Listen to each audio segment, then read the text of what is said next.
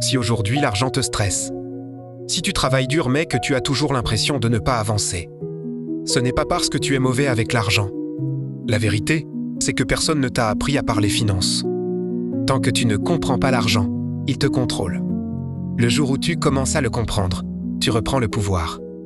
La première clé pour parler finances, c'est comprendre le langage de l'argent. La finance est avant tout une langue. Revenus, dépenses, épargne, investissement, dette, intérêt, inflation. Ce ne sont pas des mots compliqués, ce sont des réalités de tous les jours. Le revenu, c'est l'argent qui entre. La dépense, c'est l'argent qui sort. L'épargne, c'est ce que tu mets de côté. L'investissement né, c'est l'argent que tu utilises pour en gagner plus. La dette, c'est ce que tu dois. Tant que ces mots restent flous, la finance restera floue. Dès que tu les comprends, tout devient plus clair. La deuxième clé pour parler finances, c'est comprendre comment l'argent circule.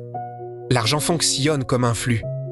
Il entre dans ta vie par ton travail, ton business sous tes activités, puis il sort par tes décisions. Beaucoup de personnes pensent que leur problème est un manque de revenus, alors que le vrai problème est souvent une mauvaise gestion. Quand l'argent sort plus vite qu'il n'entre, peu importe combien tu gagnes, tu restes coincé.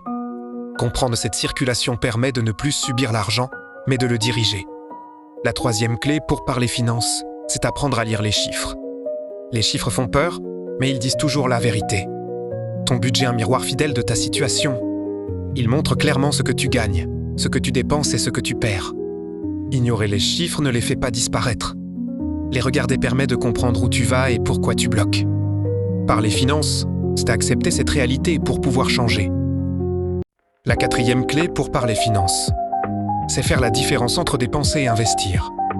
Dépenser, c'est utiliser de l'argent pour un besoin ou un plaisir immédiat.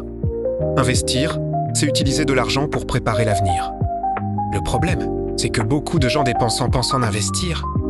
Ils travaillent dur pour gagner de l'argent, puis le dépensent sans se demander s'il va leur rapporter quelque chose. Parler finances, c'est savoir se poser une question simple avant chaque décision. Est-ce que cet argent va simplement partir ou est-ce qu'il peut travailler pour moi ? La cinquième clé pour parler finances, c'est donner un objectif à son argent. L'argent sans objectif se gaspille facilement. L'argent avec un objectif devient puissant. Quand tu sais pourquoi tu veux de l'argent, tu fais de meilleurs choix. Que ce soit pour la sécurité, la liberté, la famille, l'avenir ou la tranquillité d'esprit. L'objectif donne une direction claire. Sans vision, l'argent crée du stress. Avec une vision, il devient un outil. Parler finance, ce n'est pas aimer l'argent pour l'argent. C'est comprendre que l'argent est un moyen, pas une fin. Ces 5 clés ne sont pas réservées aux riches.